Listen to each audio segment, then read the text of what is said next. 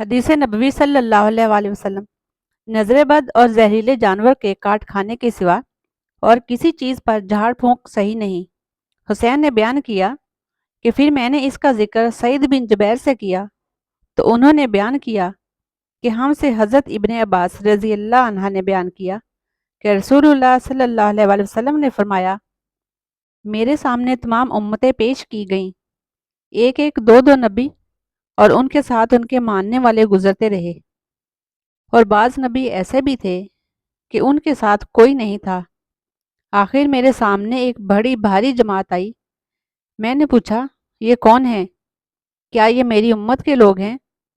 کہا گیا کہ یہ حضرت موسیٰ علیہ السلام اور ان کی قوم ہے۔ پھر کہا گیا کہ کناروں کی طرف دیکھو۔ میں نے دیکھا کہ ایک بہت ہی عظیم جماعت ہے جو کناروں پر چھائی ہوئی ہے۔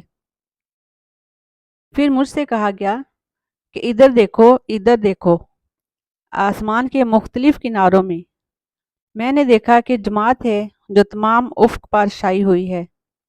کہا گیا کہ یہ آپ کی امت ہے، اور اس میں سے 70,000 حساب کے بغیر جنت میں داخل کر دیے جائیں گے۔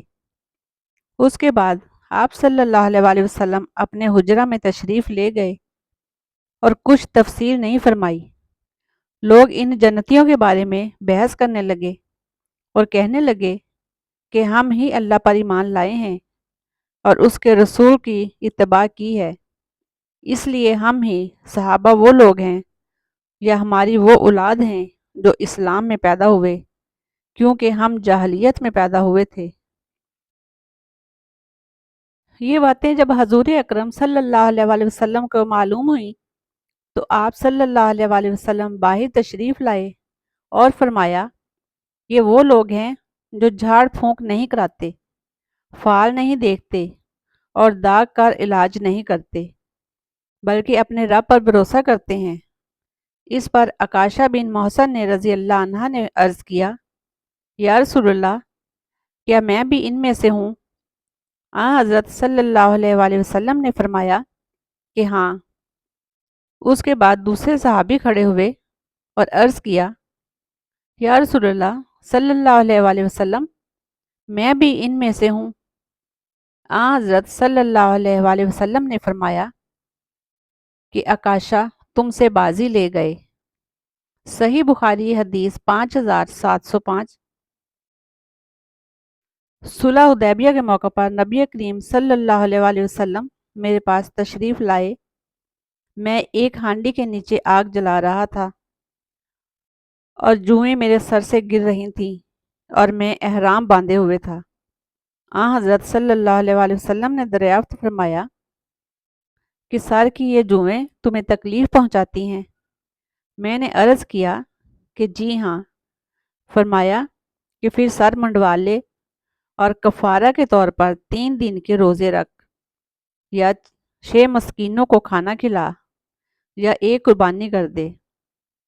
ایوب نے کہا کہ مجھے یاد نہیں کہ ان 3 چیزوں میں سے کس کا ذکر سب سے پہلے کیا تھا۔ صحیح بخاری حدیث 5703۔ حضرت عائشہ رضی اللہ عنہ بیمار کے لیے اور میت کے سوگواروں کے لیے تلبینہ، روا، دودھ اور شہد ملا کر دلیہ پکانے کا حکم دیتی تھیں اور فرماتی تھیں کہ میں نے رسول اللہ صلی اللہ علیہ وآلہ وسلم سے سنا، آپ صلی اللہ علیہ وآلہ وسلم نے فرمایا کہ تلبینہ مریض کے دل کو سکون پہنچاتا ہے اور غم کو دور کرتا ہے، کیونکہ اسے پینے کے بعد عموماً نیند آ جاتی ہے، یہ زود ہضم بھی ہے۔ صحیح بخاری حدیث 5689۔